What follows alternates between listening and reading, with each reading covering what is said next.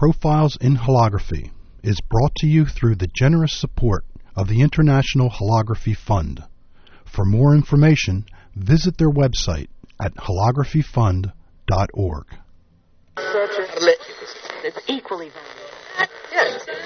Hello everyone, this is Frank DeFreitas, and I would like to welcome you to another installment of HoloTalk. My guest for this broadcast is Stephen Smith of LaserSmith. Now the show is a little bit over 30 minutes long, so instead of me giving you the introduction, I'm going to take you over there and let Steve do it for himself. He gives a wonderful description of his past history in holography and his thoughts about holography in general and the future. So without further ado, here's Stephen Smith on HoloTalk. Good afternoon, Stephen speaking. Hello, Stephen. How are you? It's Frank DeFreitas. Hello, Frank. How are you? Doing good. I want to welcome you to the show. I've always wanted to speak to you, but I've never had the opportunity for the two of us to meet, and I know you have a rich history in holography. You also have the luckiest name in holography. I can't think of any other name that would go after laser that would fit as well as LaserSmith. You know, and I have to give a really good friend of mine from the early days I was in Chicago back in the early 70s with coming up with that name, because I was running around with some holograms, and my middle initial is L, and he just started saying, "Oh, it's that LaserSmith guy." Oh. And that was kind of funny. It was really, so it was like a no-brainer after what started out as a snide remark ended up being something I'm quite proud to play around with. But you know why I really liked it too? Because the village smithy. He was, or she was, you know how you look at this thing in history, that artisan in the village that made stuff. Yes, exactly. And exactly. For me, that was so much what holography was about. You, in those early days, you were like taking these materials and trying to smith them into a hologram. Mm-hmm. Tool them as it be. But at any rate, yeah. Yeah. So why don't you start off by telling the listeners a little bit about your early history? And I imagine that was in the Chicago area? Well, yeah, let's look at it that way. I got my Bachelor of Science degree from Southern Illinois University in Carbondale. And in between my junior year and my senior year, I took a year off, or what I thought was going to be a year off, and went up to Chicago and worked, got a job in the photo industry, doing a lot of photo compose, you know, the kind of photography work that you did at advertising agency type clients. Yeah, like pre-press color separating things. Color similar separation, to that. Yes. Where you're doing what would be considered posterized color, you know, doing a lot of work with different codoliths, so you can, you know, comp pictures inside of other pictures. Okay. So this turned out to be really fundamentally helpful a few years later. I went back, I saw my first hologram at a School of the Art Institute Media and New Technology show that was a number of grad students had put together. And believe it or not, there was a hologram in there from Dr. Jeong. Oh, what year was that? This was like something like 76. And this is a hologram that was a little car. I think it was called Quick Turnaround. Okay. And it was a little circular hologram. Oh, that was one of his first 360 laser transmission cylinder holograms. Yes. Yeah.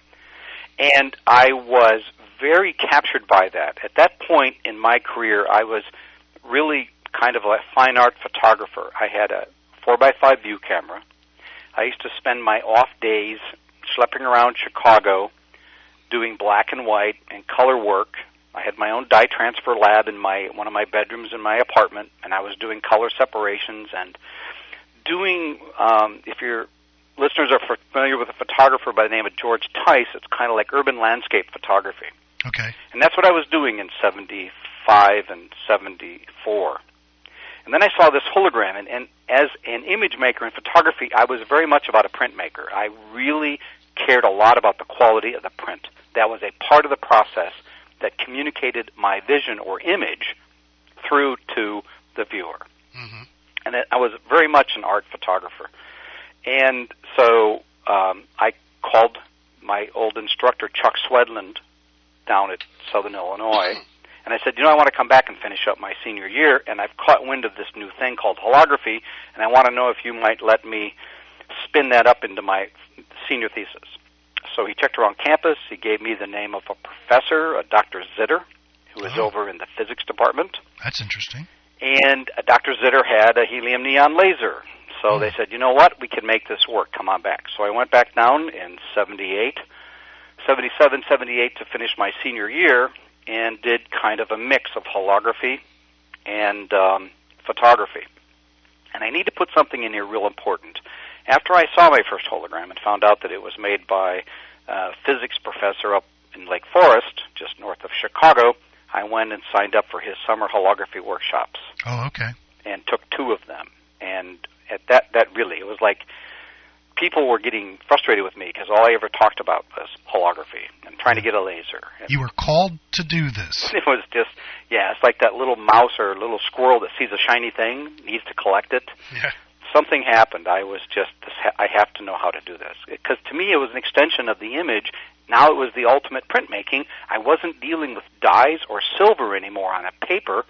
I was able to make structures that diffracted light. So the color in my photographs could be light. Yes. That's what appealed to me. That's what got my dander up, as they say. And where did you go after that? Well, I came back and, again, went back to work at the same company. They were actually kind of pleased that I came back in. A place called Gamma Photo, and I had the job as a manager of the duplication department, which was like an extension of the stuff I'd been doing. But then I started pestering them. I started showing them my holograms that I was making in my own little 5-milliwatt laser.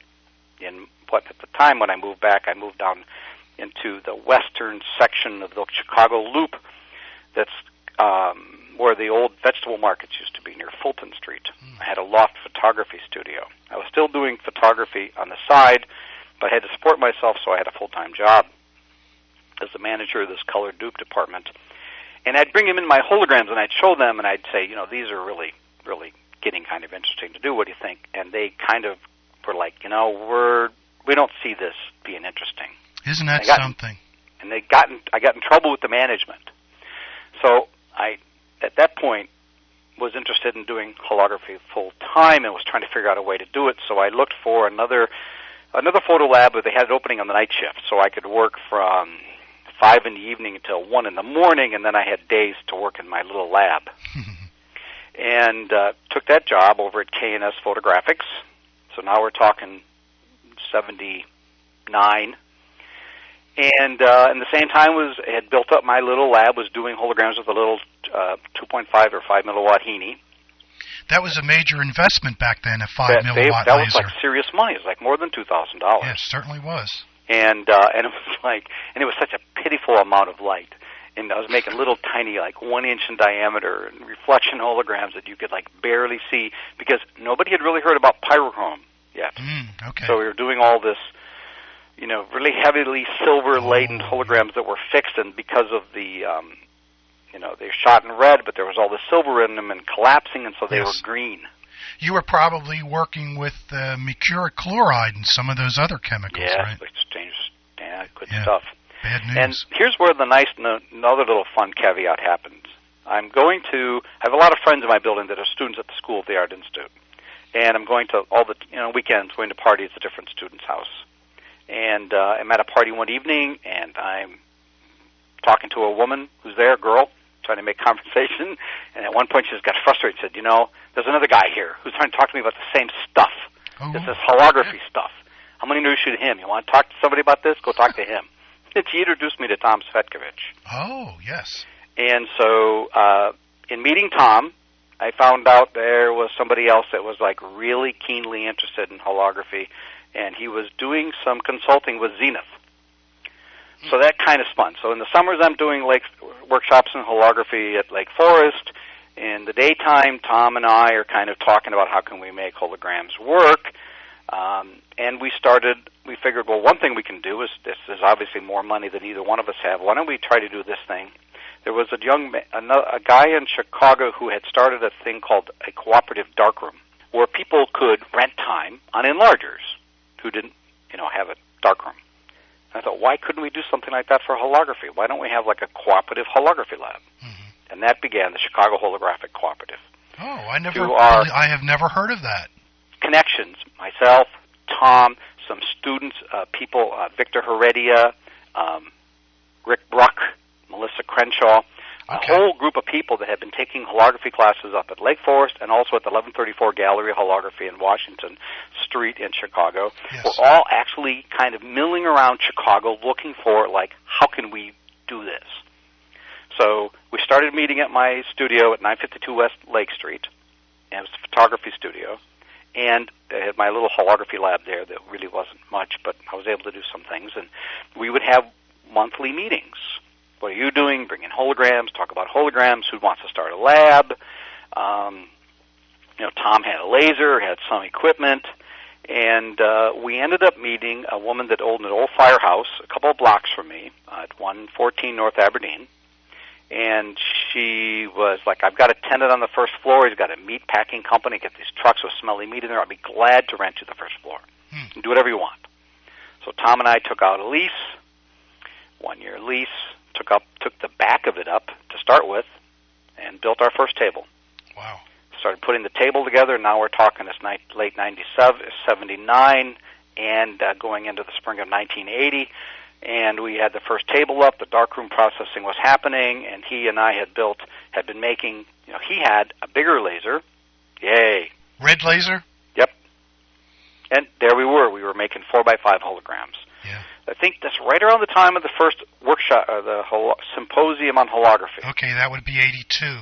Okay, so right around 82, paper by Lon Moore, color control. Oh, yes. And holography. Yes. Tom and I were like, oh, this is going to be hot. Right away, ran back to the lab, started playing around with processing and the color control, which is p-benzoquinone, which is another really bad bleach you didn't really want to be messing with.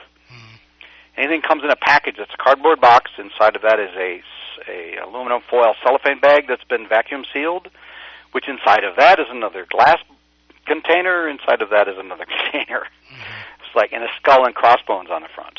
Yeah. So p-benzoquinone, friend of holographer. That was to do your pseudo-color holograms, right? That's when we started doing pseudo-color holograms. And up at that point, we were meeting every day at the little holography lab in the back of this firehouse, making holograms, some single color, some transmission, trying to put together what would be the equivalent of a portfolio.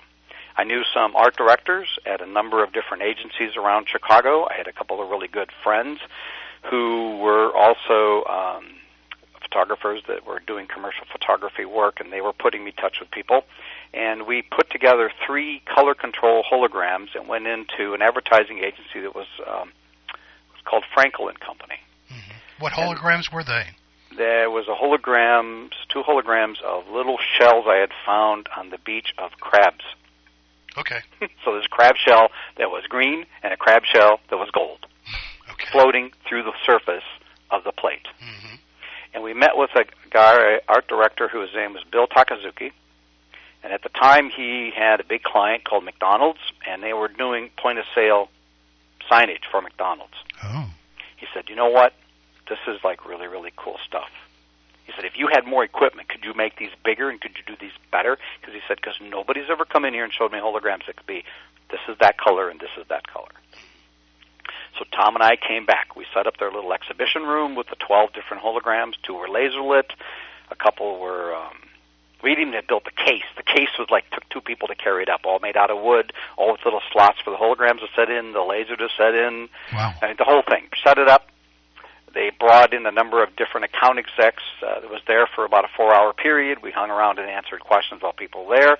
Then a guy came there who was the account exec for McDonald's, and he said, we're going to have a meeting. Leave all this stuff here. I want you here tomorrow morning at 9 o'clock. Came in the next morning at 9, met the head buyer from the McDonald's Corporation. Spent all day at the agency talking about ideas. At the end of that day, we walked out with a contract to do a holographic art piece for McDonald's new school campus. Wow. That was in Oak Brook. It wasn't a lot of money. He said, look, we can't bankroll you, but if you do stuff for us and we build a program, we'll make this happen. So with that... That was a happy day. Huh? That was a happy day. That was the day. That was the day we called up Coherent and convinced them that they needed to sell us a 5-watt krypton laser. which was interesting. That's the whole story in itself. Convincing, it's like, you guys are who and you're going to do what? Yes. And but they did. Well, isn't that nice? So we did, and that's what I went that very next day to my job and said, you're right. I've got to do this holography thing. So I went full time, and from that day forward, there was never a day we were not busy doing holograms for something. Wow, isn't that something? And you have a number of patents to your name as well. Through the work that developed with, there's such a thread, because a lot of early work was reflection holograms, and then we got involved in doing photoresist, and photoresist led to mass replication, and mass replication led to baseball cards, and baseball cards led to the multiple camera system. Yeah. Are you involved with security holograms as well? Well, we were for a while. For a while. But you have to, in realizing that part of my thread that was the photographer, I was very much interested in holography as that next step forward in image making. And that's a big open canvas to paint on. It could be still work. It could be, that hybrid between video and still. I mean, that's what holography is so phenomenal. It's really a four-dimensional tool in many ways. Mm-hmm. What does holography do that gives us the ability to say that it's the next step in imaging? What is that next step? Well, I feel it still has not given us its full potential. It has not, through many of the reasons are hardware related, resolution, coming up with devices that can have the resolution you need for holographic imaging, but it's getting there. Real-time, updatable 3D displays. I mean, if there was one thing that a hologram can do that other types of stereoscopic media cannot do, and that is a correctly rendered three-dimensional scene where convergence and focus are correct. Okay. And that, to me, and then when you tie to that renewable, at 60 frames a second, it becomes that phenomenal visual interface. I mean, our eyes are the most developed tool set of our whole body. We do so much processing just by looking at something. I remember seeing you I wasn't there myself, but I remember seeing a photo of you with a long bank of individual cameras so that you could do portraiture without having any amount of time pass. It would just be one exposure on multiple cameras. Was that you? Yes. What's the story? Did you follow through with that? Or that did a lot of work with that for a while. That was the 36 camera multi-camera system. And the impetus for doing that was having done what was the equivalent of like still life photography, objects on a table lit.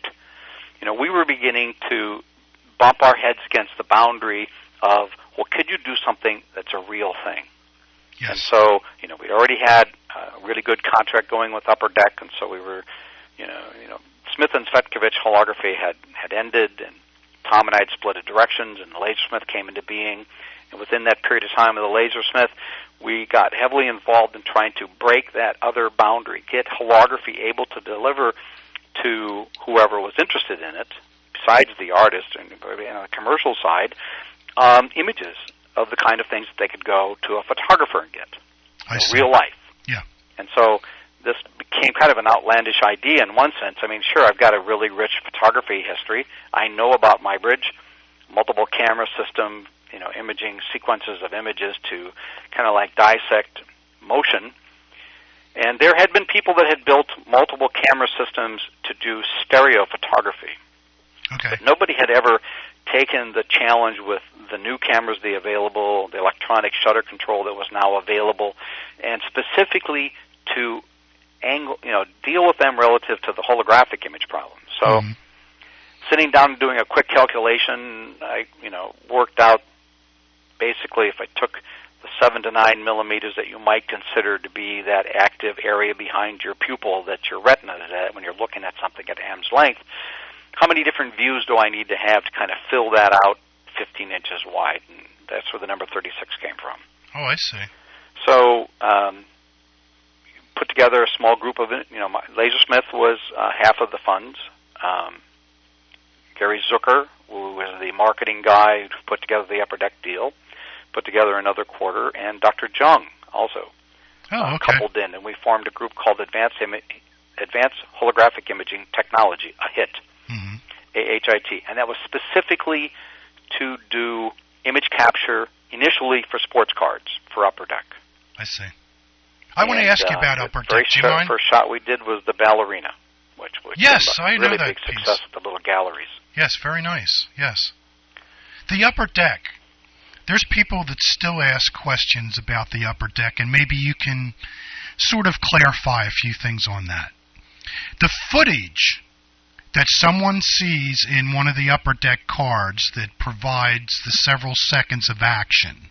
Yeah, but you got to be careful which ones, because there is a group of them that I did with this camera system, and then there are later ones that were done, which would just be like a very high number multi-channel hologram. Had nothing stereo to do about it. So I want to be real clear. There's later holograms that have been done for Upper Deck that have got nothing to do with the multiple camera system.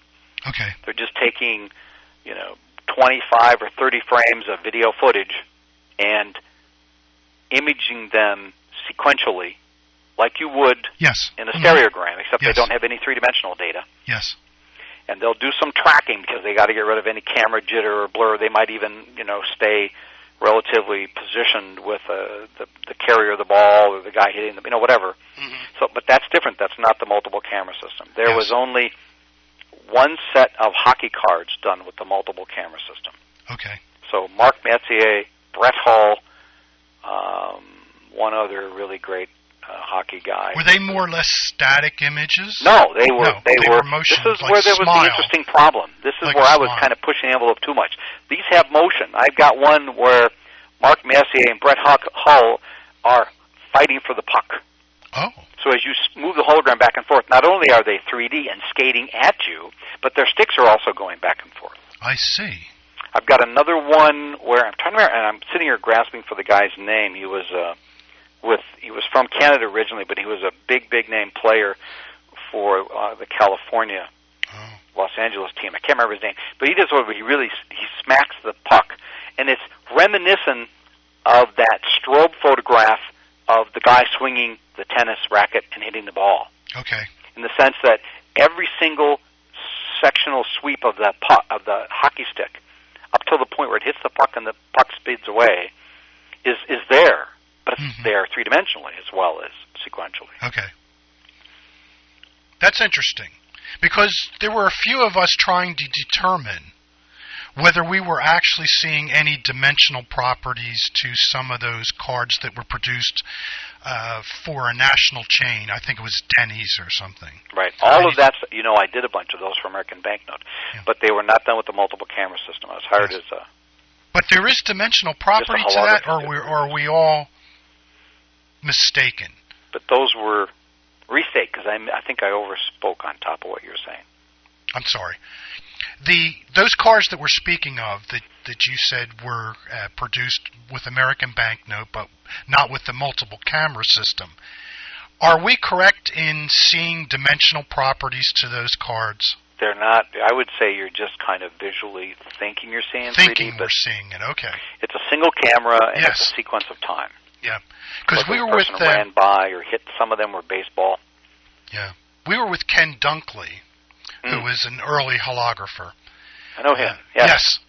And he has a system where you can see three-dimensional from one perspective. I don't know if you've ever seen his system or not. It has to do with a small pinhole and iris viewer that you use just with magazine photos, and the photos wind up being almost like the old ViewMaster images. They completely go 3D. But you're just check that out sometime. It's if you amazing. Ever can send me a link if there's any. Yes, I will. I will do that. It really makes your hair stand up on edge. It's something to see. So I was wondering if the same type of thing might have been happening with those cards, because we passed a few of those around over the summer, and some of us said there is most definitely dimension going on here. Well, and everybody was saying, well, how could there be? It's only one perspective. But let's say if the motion that's been captured. I became really aware of this with a multiple camera system. I had to make sure that people moved, spun, or directed their motion in particular directions. Okay. If they moved counterclockwise, which was the cameras triggered from left to right, because I kind of thought like, not, like being kind of Western reading English learning style, we read from left to right. Yes. So my holograms are made to go left to right. You tip them from the left to the right. So your right eye is always advanced in time from your left eye. If the person moves the wrong direction, if they move right, let's see, stage left, so I got to turn around. They move to their right left. to left. Yeah. So they're keeping position with the tracking of the cameras. There's no stereoscopic correct data. And so they become flattened, or if they move too fast, they actually invert. So I have an image of a peacock dancer where her hand moves the wrong way, and it looks like it's going back through her back. Interesting. The same thing could be said of these motion images.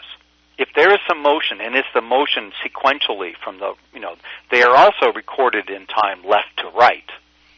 So see. if the latter time, if the baseball player, let's say he's hitting the ball, and sequentially the bat has come around, so you're seeing the bat to the right, and your right eye, but it's to the left in the left eye because it hadn't quite gotten to that position, you're going to perceive that as being stereoscopic data. I see. His body will look 2D because it didn't move much, or it might have rotated the same way, and it might look a little bit 3D. Yes. But that's how I think you're getting those. They'd be like false depth gauging. Wonderful. I believe that would explain things, and we'll have to take a second look at them and take note to what we see as we move them back and forth, rotate them in opposite directions, and see if that dimensional effect disappears depending on which way we turn it. Yes. Yeah, I think that's worth looking at. And do forward me his little pinhole 3D. Definitely anything 3D. I'm getting very interested in 3D again. It kind of evolved away from it after having left the Media Lab. Mm-hmm. So. I will have to check around here because I had one of his units, and I think I may know where it's at because I loaned it to somebody. They did send it back to me, and I put it in storage. I will get that out, and if you forward to me your address, I'll send you one of the units to take a look at and try out. Oh, I'll be glad to do that. I think you would enjoy that. And I hope it works for you. It doesn't work for everyone. The person I sent it to said he could not get 3D from it. I did, immediately. And I swear, the hair on my arms stood up straight. It was just bizarre. Because there's no dimensional information. It's a photograph in a magazine. But if you're looking at, the mountains are off in the distance, the trees come towards you, you'll see. Maybe it'll work for you. Yep, definitely I have to look at that. Okay. So what are your plans for the future now? I imagine that, I don't know what your age is, but I guess you have to be thinking about retirement sometime in the future. Who thinks of retirement? Come on. But before that, what would you like to do and still achieve? Well, I'm seeing things get very interesting again in this kind of hybrid area of digital holography. And having worked with Steve Benton, the 7 years I was at almost 8 years at the Media Lab, and some of the side work, mostly my work was with the holographic printer and autostereoscopic displays, but I from time to time would get involved in the rendering hardware side of the holo video system. And real-time holographic displays are an interesting phenomenon. And with the work that I did in the one-step printer and the renderer and the type of holographic pixels that we devised and imaged, I can see a direct correlation to a real-time holographic display. And feature sizes of some of these devices are starting to get down to, like example, there's a spatial light modulator that's got, and I can get 5-micron feature sizes on. Yes. And you can get that in a phase-only mode that gives you 2 pi per cell rotation. So that actually starts to get pretty interesting. Lost me on that one, but that's okay. But it's a phase thing. In other words, you can get enough phase. Think about it. Why do we do holograms with lasers? Because we can't record the phase of light. Yes. We can record its color, we can record its brightness, but we can't record which direction it's going. Mm-hmm. So holography has been stuck forever with lasers because that's the only way we've come up to record the phase of light. But all light actually does have phase. Maybe that's a new research direction, how to record the phase of light. Yeah. In most cases, it's just random phase. Is that correct? Well, it's random, but it is coming from somewhere. Yes, so it can be there controlled. Is spatial information in that beam of light that's bouncing off that switch to my left.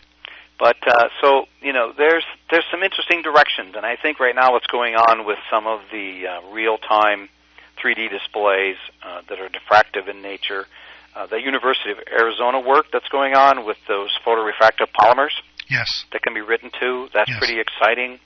Like I said, these little right now they're 1024 by 1024, but they have 5-micron feature sizes, and if you are willing to pay them enough, they'll give you one that's phase only.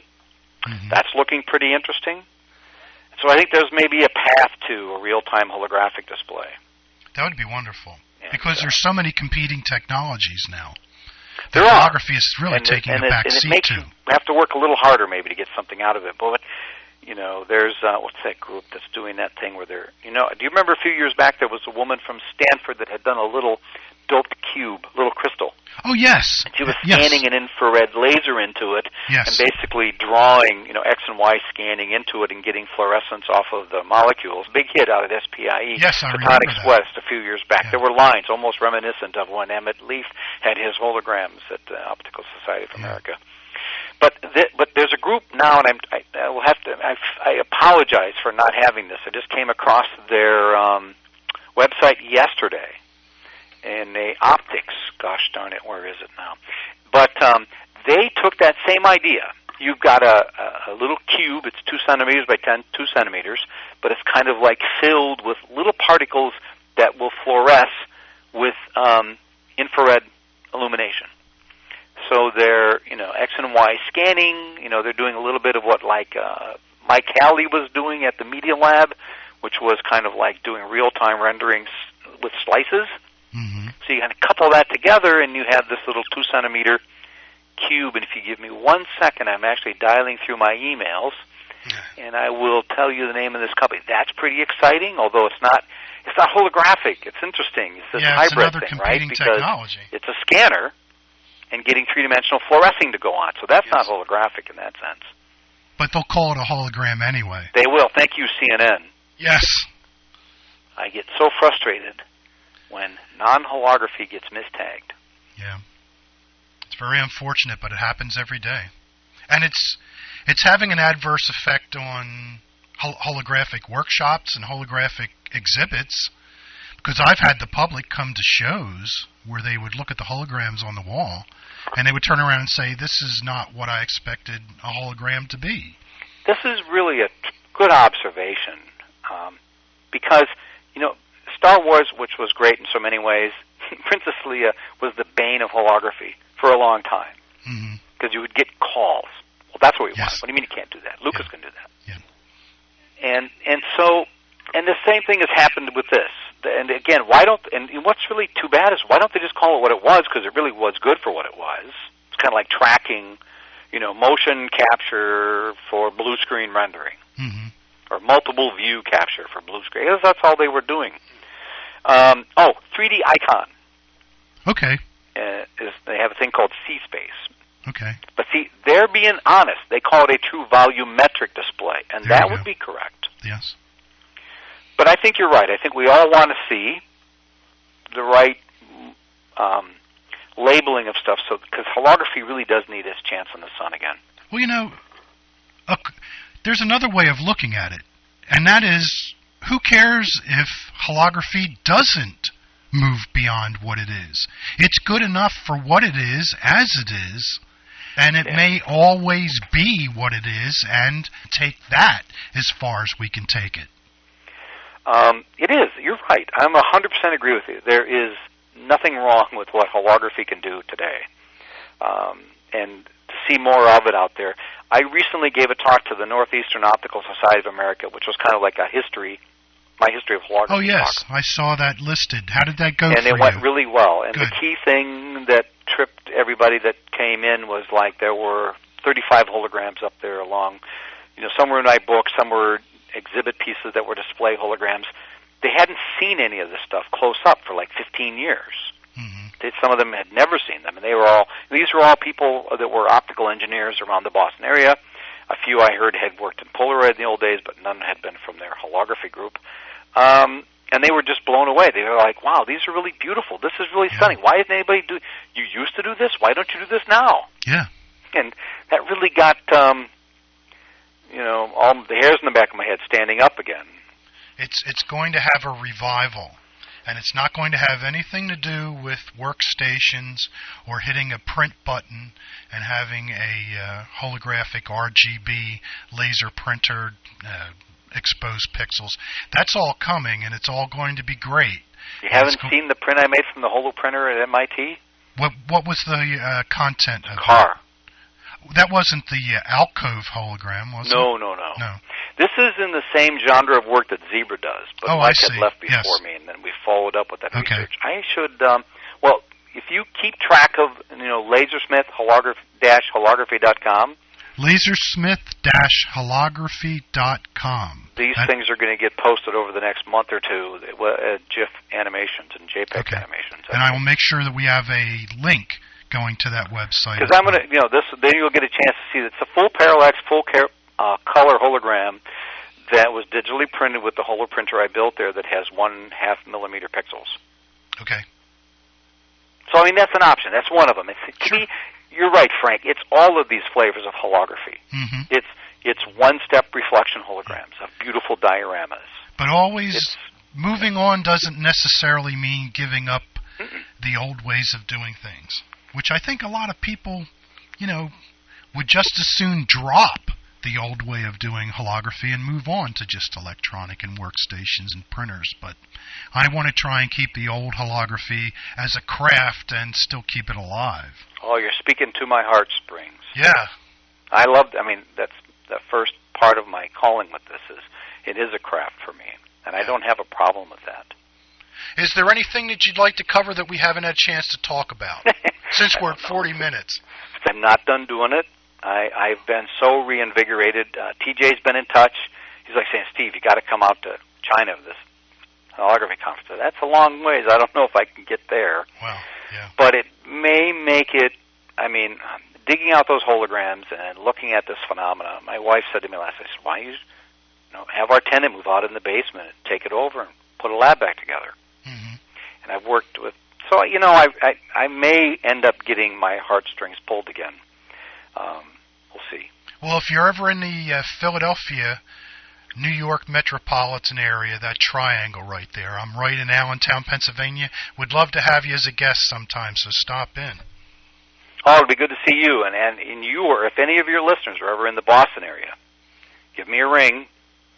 Have a few holograms, or got plenty, actually, and a cup of coffee. All right.